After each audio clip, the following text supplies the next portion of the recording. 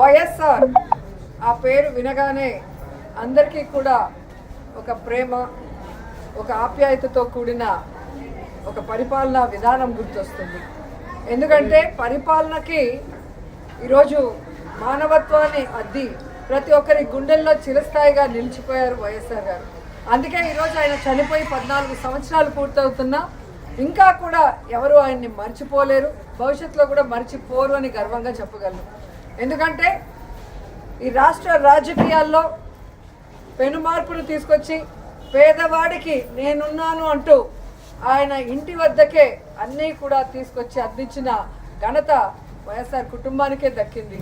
ఎందుకంటే వాళ్ళు ప్రజల్ని తమ కుటుంబ సభ్యులుగా భావిస్తారు, అభిమానిస్తారు. వారికి ఏదైనా అయితే అది తమకైనట్టుగా తల్లడిల్లిపోతారు. కాబట్టే ఆ కుటుంబం అంటే అందరికీ కూడా మక్కువ. కానీ రాజశేఖర్ రెడ్డి గారు ఏ విధంగా అయితే తన పాదయాత్రలో ఒక ప్రభంజనాన్ని సృష్టించారో, ప్రజల కష్టాల్ని, రైతుల కష్టాల్ని, ముఖ్యంగా పేదవాడి కష్టాన్ని దగ్గర నుంచి చూసి అవన్నీ దూరం చేయాలి అని ఒక నిర్ణయం తీసుకొని ముఖ్యమంత్రి అయిన తర్వాత ఆయన చేపట్టిన అనేక చారిత్రాత్మక నిర్ణయాలతో, సంక్షేమ పథకాలతో మరి ప్రతి ఒక్కరి గుండెల్లో కూడా ఈరోజు నిలిచిపోయారు. ఈరోజు హాస్పిటల్లో మరి సేవా కార్యక్రమాలు చేయడం జరుగుతుంది వైఎస్ఆర్ గారి జయంతి సందర్భంగా. సో 108 ఎంతో మందికి ప్రాణదానం చేశారు. అలాగే ఆరోగ్యశ్రీ ఎంతో మంది కుటుంబాల్ని ఈరోజు నిలబెట్టిన ఘనత వైఎస్ఆర్ గారికే దక్కింది. అలాగే రైతన్న వాడు బాగుంటే రాష్ట్రం బాగుంటుంది, దేశం బాగుంటుందని నమ్మారు. కాబట్టే రైతులకి అడిగింది కూడా చేయటం మనం అందరం కూడా గుర్తుపెట్టుకోవాల్సిన విషయం. ఇలా చెప్పుకుంటూ పోతే ఎన్నో. అందుకే వైఎస్ఆర్ అంటే ఒక బ్రాండ్, ఆయన ఒక లెజెండ్.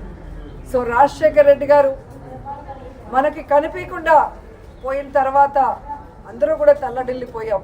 రాజన్న రాజ్యం లేకుండా ఎలా బ్రతకాలి, రాజన్న లేకుండా మనం ఎలా ముందుకు సాగాలి అని ఎంతోమంది భయభ్రాంతులకి, అలాగే బాధ తప్త హృదయంతో చాలామంది ప్రాణాలు కూడా విడవటం మనం అందరం కూడా చూసాం. కానీ ఆశా కిరణం లాగా ఆయన కొడుకు పులివెందుల పులిబిడ్డ, రాజన్న ముద్దు బిడ్డ జగనన్న వచ్చిన తర్వాత మళ్ళీ దేవుడి పాలన ఎలా ఉంటుంది, రాజన్న పాలన ఎలా ఉంటుందో మరి మనందరికీ కూడా చూపించడం జరిగింది.